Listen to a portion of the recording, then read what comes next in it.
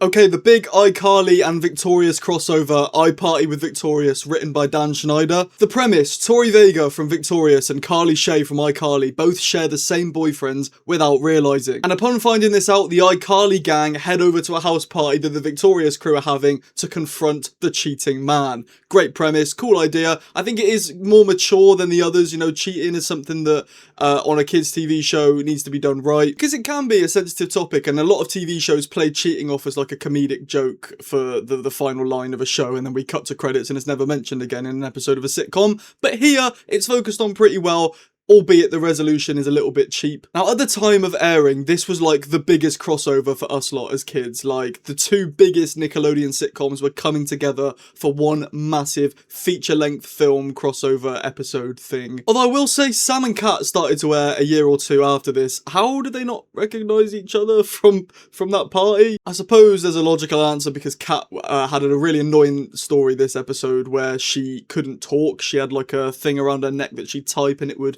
speak like text-to-speech out of her. I really didn't like that, because I love Kat as a character, and she was a bit wasted and didn't really have much to do, because her whole story was just like, I cannot talk today, and that really did wind me up a little bit. Trina still continues to be the best character for me in Victorious. I think she is just so underrated. We view Victorious from the eyes of the other kids, and they all hate Trina, so we were made to hate Trina as a kid, but as I've grown older, she is by far the best character. Her bluntness is always just so hilarious to me, and her story this film was to look after Lane's kids, and she doesn't want to miss out on the party, so she brings the kids with her, and it's just a massive, like, what the hell is going on here? That's probably my favourite storyline of the whole film. The pacing on this is really good, especially for like a Nickelodeon show aimed towards kids. Like, you need to keep it pacey and snappy, and it did do that. And for a feature film, it is only an hour and 9 minutes, so it's not like a proper like hour and a half, 2 hour thing where it could maybe start to feel to drag for some audiences. But I'm pretty sure this was a TV movie. I don't think it was released in cinemas. And for a TV movie, it's pacey, it's snappy, it's fun, it's cool, it's pretty good. Some negatives I do have, because there are a few here. I really don't like the way that Sam acts throughout this episode. She's just constantly going at Carly, being like, your boyfriend cheats on you, and it's constantly, every time he's mentioned, Carly will be like, right, we're gonna go and see my boyfriend in LA, and Sam's like, your cheating boyfriend in LA, and it's like, what are you doing, Sam? You're meant to be her friend. And I know at the end it sort of gets redeemed, but it felt like it didn't need to be redeemed, because Sam's never acted like that before. She's always there for Carly during the hard times, and it feels really out of character for her to all of a sudden be like, oh, your boyfriend's cheating on you, he's cheating on you. Then we just get like the pure weirdness of Psychowitz. I love Psychowitz as a character in Victorious, but in this, he's trying to scare Beck. It's a really cheap subplot, but he's trying to scare Beck, and in doing so, gets in a jacuzzi where Beck and Jade are in there together, and he hides under the water with them, and then jumps out and scares them, and then sits in there with them. I mean, Jerry Trainor's there as well, and that doesn't feel too weird, because he's just acting like Spencer, and he was in there before Beck and Jade. But Psychowitz was in the jacuzzi with the intention of finding Beck and Jade alone. It's a bit weird, and given the alleged stuff that happened behind the scenes of these shows, it does make me a little bit uncomfortable watching that back, thinking, oh no, is this a weird, dodgy thing that was happening here? Not with the actor of Psychowitz, but with the whole things you hear, the whispers behind the scenes of what happened at Nickelodeon during this time period. It does make me feel a little bit weird watching it back. But I'm not too educated in that field, so I'm not going to go too into it. But then we have the worst bit of the whole film for me, which was the panda subplot.